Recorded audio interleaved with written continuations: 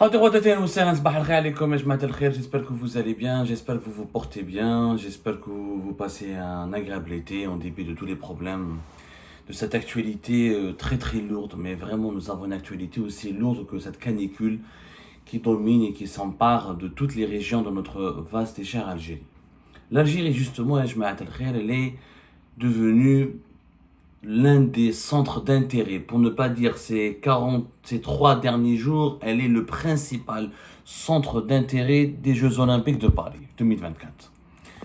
Wallah Yanas, je ne m'attendais pas du tout à cet événement qui malheureusement, je le constate, n'est pas suffisamment expliqué, médiatisé chez nous. Il concerne une athlète algérienne que je considère Anna n'est pas suffisamment soutenue ni défendue dans notre pays. C'est la première fois, donc je crois, dans l'histoire, je suis sûr, des Jeux Olympiques, des Jeux Olympiques dans le monde entier, où une athlète algérienne fait autant parler d'elle. Donald Trump, Elon Musk, Giorgia Meloni, la première ministre italienne,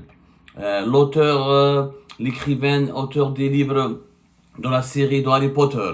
Tout le monde parle de la boxeuse algérienne Iman Khalif, qui est accusée d'être un homme, qui est accusée de manquer de féminité, qui est accusée d'être une sorte de transsexuel et qui est accusée de tricher pour gagner une médaille dans la catégorie de la boxe féminine de moins de 66 kilos. La polémique a commencé bien avant hier. Elle a commencé pratiquement depuis le début des Jeux Olympiques. Plusieurs voix se sont élevées pour contester la morphologie masculine de Iman Khalif. Iman Khalif, c'est une boxeuse algérienne, née le 2 mai 1999, elle a 25 ans, originaire d'un village de Tiaret, et elle a un physique imposant. Et la médecine qualifie ce phénomène. C'est vrai que sur le plan médical, c'est un phénomène. On parle de hyperandrogénie. Ce genre de concepts, malheureusement, ne sont pas suffisamment expliqués en Algérie, ni suffisamment relatés.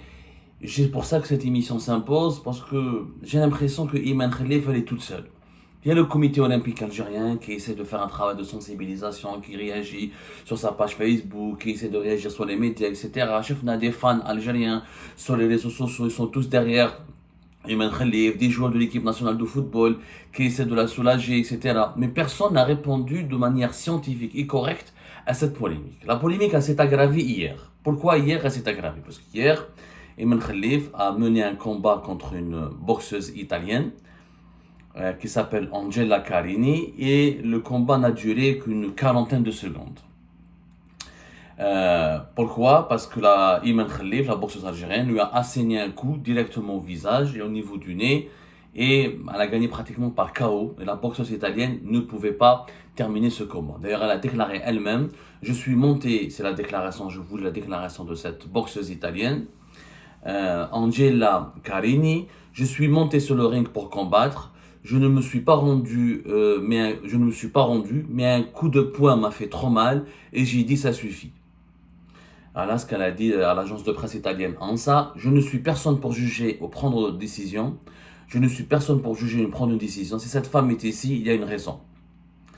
Faut savoir que la polémique s'est aggravée parce que l'italienne Angela Carini, elle a pleuré à la fin de ce combat et elle n'a pas voulu saluer Iman Khalif, elle n'a pas voulu saluer sa main. Donc, quand dans ses déclarations, elle dit « je ne suis pas là pour la juger », si elle est là, c'est qu'il y a une raison. Donc, sur le ring, son comportement, Angela Carini, le monde entier s'est solidarisé avec elle parce qu'elle s'est considérée elle n'a pas combattu une femme. Elle a combattu un homme. D'ailleurs, beaucoup de célébrités à travers le monde ont dénoncé ce combat. Ils disent que c'est pas normal, un homme bat une femme. Pour eux, Iman Khalif est un homme. Le combat n'a duré que 46 secondes. Et vraiment, les images sont impressionnantes. L'Algérienne Iman Khalif a directement, au bout de 46 secondes, un coup de poing directement au visage. L'Italien était KO. On sentait effectivement un déséquilibre. Est-ce que pour autant, l'Algérienne a volé sa victoire? Pas du tout. Les règles sportives ont été totalement respectées. Sauf que, malheureusement, la polémique kibret. Alors, Donald Trump, qui risque d'être quand même, vous vous rendez compte, une athlète algérienne qui fait parler Donald Trump, C'est quand même inédit ce qui est en train de se passer. Et moi, je ne comprends pas le silence de Abdelmajid Tebboune, qui, pour moi, à mon avis, aurait dû s'exprimer depuis hier pour apporter son soutien à cette athlète algérienne, qui est attaquée et critiquée par de grandes célébrités. Alors, Donald Trump, je garderai les hommes hors du sport féminin. C'est ce qu'il a déclaré sur son réseau social en faisant référence à ce qui s'est passé hier à Paris entre la boxeuse italienne et la boxeuse algérienne. Plus loin encore, la première ministre, l'équivalent de la première ministre, son titre c'est la présidente du conseil italien, c'est la chef du gouvernement de l'Italie, Giorgia Meloni, une amie à Tebboune, une personne qui s'entend. Officiellement, Tebboune s'entend très bien avec elle. Voilà ce qu'elle a déclaré. Les athlètes présentant des caractéristiques masculines ne devraient pas être autorisés à participer aux compétitions féminines. Il ne s'agit pas de discriminer qui que ce soit, mais de protéger le droit des athlètes féminins à participer à armes égales. Donc, Giorgia Meloni a dénoncé la victoire, elle a condamné la victoire de l'Algérienne Iman Khalif et elle considère qu'elle n'était pas égale, qu'elle n'était pas légale, qu'elle n'était pas morale et qu'elle n'était pas justifiée parce que c'était un combat à armes, c'était pas un combat à armes égales. Encore une fois, on considère que Iman Khalif est un homme qui a battu une femme, qui est la boxeuse italienne. La polémique راح تبعد parce que plusieurs personnalités internationales ont parlé de cela. Des célébrités, mais vraiment des célébrités, des gens qui roulent comme Elon Musk. Elon Musk, c'est pas n'importe quoi quand même. C'est le gars qui a inventé Tesla, l'un des milliardaires les plus connus, les plus puissants, les plus célèbres du monde, les plus influents du monde, Elon Musk. Un génie, un énorme génie qui a dénoncé, qui a été parmi les détracteurs de la boxeuse algérienne, qui estime qu'elle n'a pas de place, qu'elle ne devait pas participer dans la catégorie de la boxe féminine. D'ailleurs, il a soutenu une autre nageuse américaine qui a écrit sur Twitter, elle s'appelle Riley Gaines, elle a écrit « Les hommes n'ont pas leur place dans le sport féminin ». L'auteur, par exemple, l'écrivain et auteur célèbre britannique J.K. Rowling, qui a écrit Harry Potter, elle a dit « Expliquez pourquoi vous acceptez qu'un homme batte une femme en public pour votre divertissement. » Donc, la polémique راحت بعيد. Et je pense que on ne peut pas se taire, on ne peut pas laisser, c'est un lynchage dont est victime en ce moment Iman Khalif, et c'est plus qu'un comme j'essaie d'être en fait Iman Khalif cause problème parce qu'en ce moment en Occident, dans les pays occidentaux, il y a de grosses polémiques, il y a des débats de société sur la place des personnes transgenres. Il y a des lobbies ici en Europe et en Occident qui essaient de remettre en cause la question du genre. C'est-à-dire, on n'est pas femme, on n'est pas homme. On peut ne pas être une femme, on peut être une femme et devenir un homme, on peut être un homme et devenir une femme, et on peut choisir de ne pas être non-binaire, on peut être ni madame ni monsieur. Et ça dérange énormément de courants philosophiques en Europe et en Occident qui se posent des questions existentielles et qui se sentent menacés. La civilisation occidentale et européenne se sent menacée par la montée en puissance de ces courants favorables aux personnes transgenres ou à ce qu'on appelle à la remise en cause du genre. C'est-à-dire qu'il y a une nouvelle pensée qui s'installe en Europe et en Occident qui remet en cause l'existence du genre. Il n'y a pas d'homme, il n'y a pas de femme. Il y a un être humain tout court. L'être humain ne devrait pas déterminer ou se distinguer par son orientation sexuelle. Il peut même pas avoir une orientation sexuelle. Il peut être homme et femme à la fois ou ne pas être ni une femme ni un homme. C'est très compliqué à expliquer ça aux Algériens et aux Algériens. Mais la communauté algérienne est en Europe ou en Occident. À la belle habitude les débats, des courants philosophiques, des écrivains, des philosophes, des politiciens se battent régulièrement sur les plateaux de télévision, dans les tribunes médiatiques, dans les espaces publics, dans les pays occidentaux, sur la place des transsexuels, sur la place, aujourd'hui, vous imaginez, on est en train de penser, la science est en train d'innover pour permettre aux femmes qui changent de sexe, aux hommes qui changent de sexe plutôt qu'ils deviennent des femmes, de leur implanter un utérus pour qu'ils puissent enfanter. Donc c'est toute la nature humaine qui est questionnée, qui est remise en cause en Occident, et ça cause une gêne. Donc Iman Khalif jette au moment, pour je vous explique, la polémique ne vise pas l'Algérienne Iman Khalif parce qu'elle est algérienne, contrairement, parce que certains supporters algériens ou certains fans algériens, les réseaux sociaux, estiment que Iman Khalif elle est discriminée, elle est attaquée parce qu'elle est algérienne. Non, pas du tout. Elon Musk, Donald Trump, ou la J.K. Rowling, ou Rowling, l'auteur de Harry Potter, ou les célébrités qui sont en train de s'exprimer en ce moment n'ont pas de problème avec l'Algérie. Ils ne connaissent même pas l'Algérie, aslan. Certains ne s'intéressent jamais à l'Algérie. C'est la question du genre qui cause problème en Occident. Et il y a certains conservateurs, il y a certains acteurs politiques, il y a certains philosophes ont peur de l'avancée ou de la montée en puissance de ce courant de pensée qui veut éliminer la virilité et la féminité et qui veut créer un nouveau genre et qui veut donner des droits sociaux, des droits politiques, des droits humains spécifiques ou là spéciaux ou là qui veut bousculer les genres. Et ça gêne la société occidentale, ça pousse la société occidentale à se remettre en cause, et la société occidentale se dit, par exemple, pour les plus conservateurs des occidentaux, ils voulaient que nous sommes menacés. S'il n'y a plus d'hommes, il n'y a plus de femmes, on ne peut plus se reproduire, on ne peut plus garantir la stabilité de la société, notre civilisation est menacée. Donc Iman Khalif, c'est le moment. D'ailleurs, il n'y a pas qu'une Iman Khalif qui cause problème, il y a deux boxeuses. Iman Khalif, pour les Jeux Olympiques, ou une taïwanaise qui s'appelle Lin Yuting. Les deux sont dans le même cas de figure. C'est quoi ce cas de figure? On les appelle, et là malheureusement je suis obligé de faire un peu d'explication un peu scientifique, de hyperandrogynie. Alors qu'est-ce que c'est que l'hyperandrogynie? Ça va être compliqué d'expliquer ça à nos compatriotes. L'hyperandrogynie, ce sont des femmes qui naissent femmes, qui sont des femmes. Quand elles sont nées avec le sexe féminin. Sauf qu'elles ont des caractéristiques masculines. Parce qu'elles ont un niveau de testostérone, c'est une hormone, c'est des hormones masculines, qui est très élevé. Le niveau de production de leur corps produit un niveau de testostérone très élevé, qui leur permet d'avoir le corps d'un homme.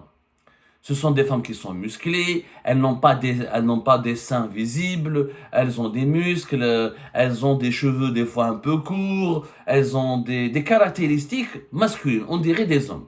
Mais au moins, elles sont des femmes. C'est une nature. On appelle ça l'hyperandrogynie. C'est une nature. D'ailleurs, heureusement qu'il y a eu des défenseurs de la cause de Iman Khalif. Il y a une des défenseurs de la cause de Iman Khalif. Iman Khalif n'a pas été, heureusement qu'elle n'a pas été que descendue en flammes.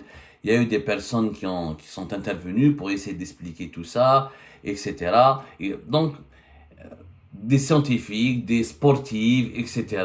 Il faut savoir que, restons avant de vous parler, notez comme l'exemple là.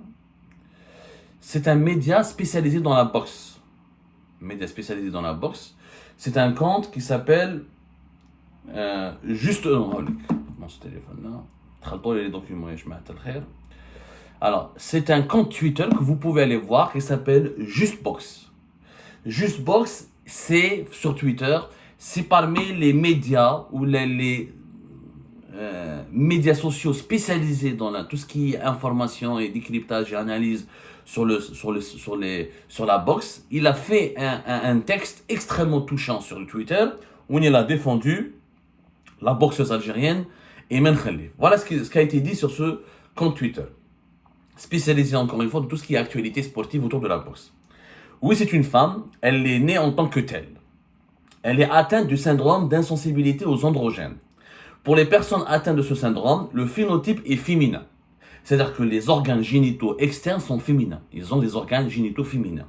Et le génotype est masculin. Le corps, les bras, pas beaucoup de seins, etc. On a l'impression que ce sont des hommes. Pour ces personnes, le taux de testostérone est normal ou élevé. Il y a 3 échelles d'insensibilité aux androgènes. Pour ces personnes, elles ne tirent aucun bénéfice de la testostérone qu'elles sécrètent. Aucun avantage physique n'a jamais été démontré par la communauté scientifique. Une femme avec un taux de testostérone normal qui s'en injecte verra ses performances augmenter. C'est très bien dit. En fait, Iman Khalif, elle est née hyperandrogyne. Elle est née avec un taux élevé de testostérone. Elle n'a pas fait un traitement. Elle n'a pas triché. Le cas avait subi un traitement où elle s'est injectée des médicaments ou des composants chimiques pour augmenter son taux de testostérone, pour avoir une musculature, une force physique supérieure à ses adversaires, là, elle aurait été disqualifiée. C'est pour ça que le Comité olympique international n'a pas voulu disqualifier les 2 boxeuses qui sont hyper androgynes, c'est-à-dire qui sont femmes, elles ont des caractéristiques, elles ressemblent à un homme, mais elles sont femmes, à savoir la taïwanaise dont je vous ai parlé et l'algérienne Iman Khalif. D'ailleurs, pour le comité olympique, le taux habituel de testostérone est de 0,3 à 3 nanomales par litre de sang chez la femme. Chez l'homme, il est de 8,2 à 34,6 chez l'homme. Je ne connais pas le taux de testostérone de Iman Khalif, je n'irai pas jusqu'à le demander, mais le comité olympique international, il avait répondu à la polémique, ils ont fait des déclarations, elle a passé des examens où elle a été examinée et elle correspond aux critères d'éligibilité du comité olympique international. Le comité olympique international, d'ailleurs c'était la taïwanaise Lin Yutin et l'algérienne Iman Khalif. Voilà ce qui a été dit par Marc Adam, porte-parole du CIO, Comité olympique international. Tous les concurrents respectent les règles d'éligibilité aux compétitions. Et il avait ajouté qu'il était établi que ce sont des femmes. Le test de testostérone n'est pas un test parfait. De nombreuses femmes peuvent avoir un taux de testostérone égal à celui des hommes, tout en étant des femmes. C'est important de comprendre l'aspect scientifique de cette affaire. Pour défendre Iman Khalif, pour répondre à ses détracteurs, j'aurais aimé que le comité olympique algérien, j'aurais aimé que le ministère algérien de la jeunesse et des sports, j'aurais aimé que le gouvernement algérien, à travers notamment le ministère de la santé, donne ses arguments scientifiques.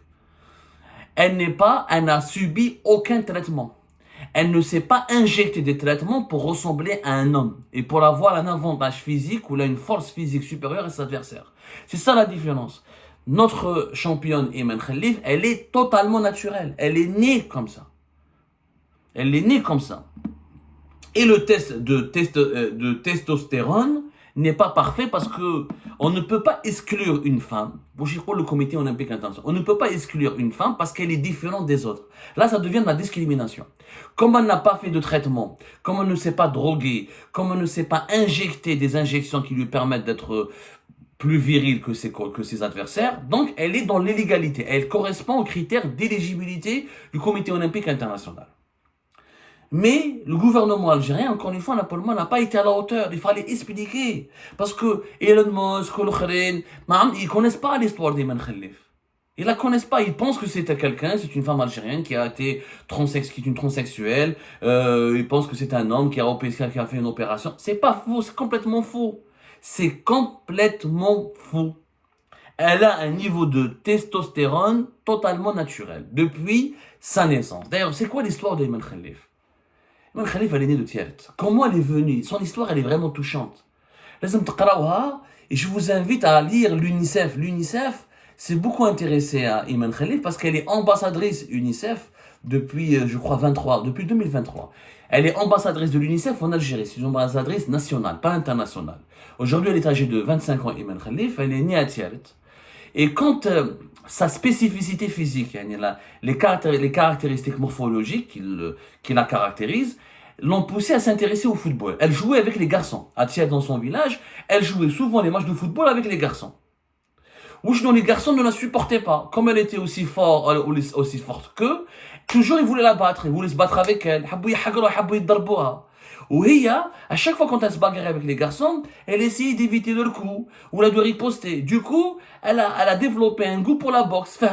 C'est pas le football qui va lui permettre de réussir, mais c'est la boxe. Elle a appris à se battre très jeune, parce elle se frottait aux garçons. Elle voulait faire de la boxe, mais son père, qui est un soudeur, qui travaille au Sonatrach, sud de l'Algérie, je sais pas si elle travaille au Sonatrach, en tout cas elle travaille au DSF Sahara, et sa mère, Mskina, une femme au foyer, c'est une famille extrêmement pauvre, Iman Khalif. C'est une famille extrêmement pauvre. Il y a vraiment des gens très très pauvres. Mais des gens là-bas comme la wilaya de Tiet, je salue beaucoup les gens de Tiet, c'est l'une des régions des wilayas les plus pauvres du pays, en dépit de leur potentialité exceptionnelle sur le plan pastoral, agricole et on peut développer les énergies renouvelables, on peut développer l'agriculture, mais c'est une des wilayas les plus pauvres du pays. Elle est dans un village rural à côté de Tiet. Elle voulait faire la boxe et son père n'avait pas les moyens pour lui payer notamment le transport. Parce qu'elle devait marcher 10 km par jour. À un moment donné, il fallait qu'elle prenne un bus. Pour payer les transports, elle n'avait même pas d'argent pour payer les transports. Et pour aller s'entraîner dans un club de boxe fêtière. Donc sa mère, elle a vendu du couscous. Oui, elle a vendu de la ferraille. Imaginez, elle a vendu de la ferraille pour le recyclage. Et c'est comme ça qu'elle a collecté de l'argent qui lui permettait d'aller s'entraîner pour payer pour payer le transport et les frais de son inscription et les frais de son entraînement dans un club sportif de boxe fêtière. Et c'est comme ça qu'elle est devenue une boxeuse professionnelle. D'ailleurs, sa virilité supposée parce qu'elle a, je dis supposée, parce que c'est clair qu'elle n'est pas elle est différente des autres femmes, mais c'est encore une fois la nature. Il faut savoir que l'hyperandrogénie, selon des études scientifiques, touche entre 5 et 10% des femmes à travers le monde. Et c'est un phénomène très courant, ça ne touche pas 1 ou 2%. Il y a énormément de femmes qui sont des hyperandrogynes. Et malheureusement, on n'en parle pas souvent parce que surtout dans les pays comme l'Algérie, c'est un pays, c'est tabou. On parle de garçons manqués. On a une vision très négative. Attention, les Algériens sont hypocrites. Ils soutiennent Iman Khalif, mais parce qu'elle est athlète, parce qu'elle participe aux Jeux Olympiques. Mais les autres femmes algériennes qui sont touchées par le phénomène naturel, encore une fois, d'hyperandrogénie, elles sont rarement soutenues, au contraire, elles sont diabolisées, exclues de la société, considérées comme des personnes diaboliques, insultées. C'est ça, ya jamaat. Et ça, on n'en parle pas beaucoup. Parce que l'hyperandrogénie, c'est pas une maladie. C'est une nature. C'est juste des femmes qui naissent avec une présence excessive d'androgènes, c'est-à-dire les hormones sexuelles masculines. C'est pour ça que ce sont des femmes, les qui تشوفهم تلقى ما عندهمش un développement mammaire normal, elles n'ont pas des seins comme les autres femmes, elles ont des muscles, encore une fois, elles sont assez musclées, elles sont assez viriles, mais elles ont des appareils génitaux, elles sont féminines, elles sont femmes. Comme il y a des hommes qui sont un peu efféminisés. Mais ce sont des hommes. Donc, comme elle n'a jamais été opérée, elle n'a jamais été touchée, elle n'a pas fait d'opération chirurgicale, elle n'a pas... ce sont des personnes qui peuvent procréer. La femme hyper androgyne, elle peut procréer. Il n'y a aucun problème. Il y a des traitements qui sont conseillés. Il y a des traitements au niveau pas gynécologique, ou la dermatologique, ou la endocrinologique. Il y a des traitements qui sont conseillés, mais ce n'est pas une obligation. On peut être une femme hyper androgyne. Mange haram. Ce n'est pas une tare, ce n'est pas un défaut. Or, il fallait expliquer cela. Le cas de Iman Khalif, il fallait raconter son histoire. Je suis sûr que s'il y avait une campagne de communication claire, nette et précise de la part du gouvernement algérien, de la part du ministère des Sports, du ministère de la Jeunesse et des Sports, le comité olympique, le comité olympique, il essaie de faire de son mieux. Franchement, moi je suis leur page Facebook chaque jour. Ils ont fait un long communiqué. Ils expliquent le cas de Iman Khalif, parce que le cas de Iman Khalif, les détracteurs de Iman Khalif s'appuient aussi sur un argument pour justifier son élimination. Ils s'appuient, pour demander son élimination des Jeux Olympiques, ils s'appuient sur sa disqualification en mars 2023 du championnat du monde féminin de boxe amateur, qui s'est déroulé à New Delhi. La fédération internationale de boxe, qui s'appelle l'International Boxing Association, a procédé à des tests médicaux et elle a exclu la boxeuse taïwanaise dont je vous ai parlé tout à l'heure et la boxeuse algérienne Iman Khalif de la compétition parce qu'elles avaient un taux de testostérone élevé et les organisateurs du championnat du monde à New Delhi de 2023 ont estimé que leur présence allait causer un déséquilibre et qu'elles avaient un avantage injustifié par rapport aux adversaires, que ça allait truquer le match. Ça allait truquer les combats de boxe, pas les matchs, les combats de boxe. Voilà. L'IBA, l'International Boxing Association, en mars 2023, elle a parlé d'un avantage compétitif sur les autres compétitrices féminines. Voilà. Et on a estimé à l'époque que Iman Khalif et la taïwanaise Lin Yuting ne remplissaient pas les critères d'éligibilité. Mais cette décision avait été d'ailleurs contestée, plusieurs experts en parlaient, où le comité olympique algérien a expliqué cette affaire, il y avait un recours qui a été déposé, où les règles du recours n'ont pas été respectées. Le comité olympique international a décidé de ne pas suivre la procédure de l'IBA, de l'International Boxing Association, parce que c'est une procédure qui est discriminatoire, encore une fois. À partir du moment où ce sont des femmes qui n'ont pas suivi de traitement, qui ne se sont pas faites des injections pour avoir une morphologie virile et pour pouvoir battre leurs adversaires, elles ne sont pas à exclure. Voilà la position du comité olympique international que j'estime juste, équitable et honorable. Et c'était ça l'argument scientifique que le gouvernement algérien, que le ministère de la Jeunesse et des Sports, qui est absent. Il y a le comité olympique algérien qui communique, le ministère de la Jeunesse et des Sports absent, mais ça parle un soutien du ministre, mais on s'en fout d'un tweet ou là.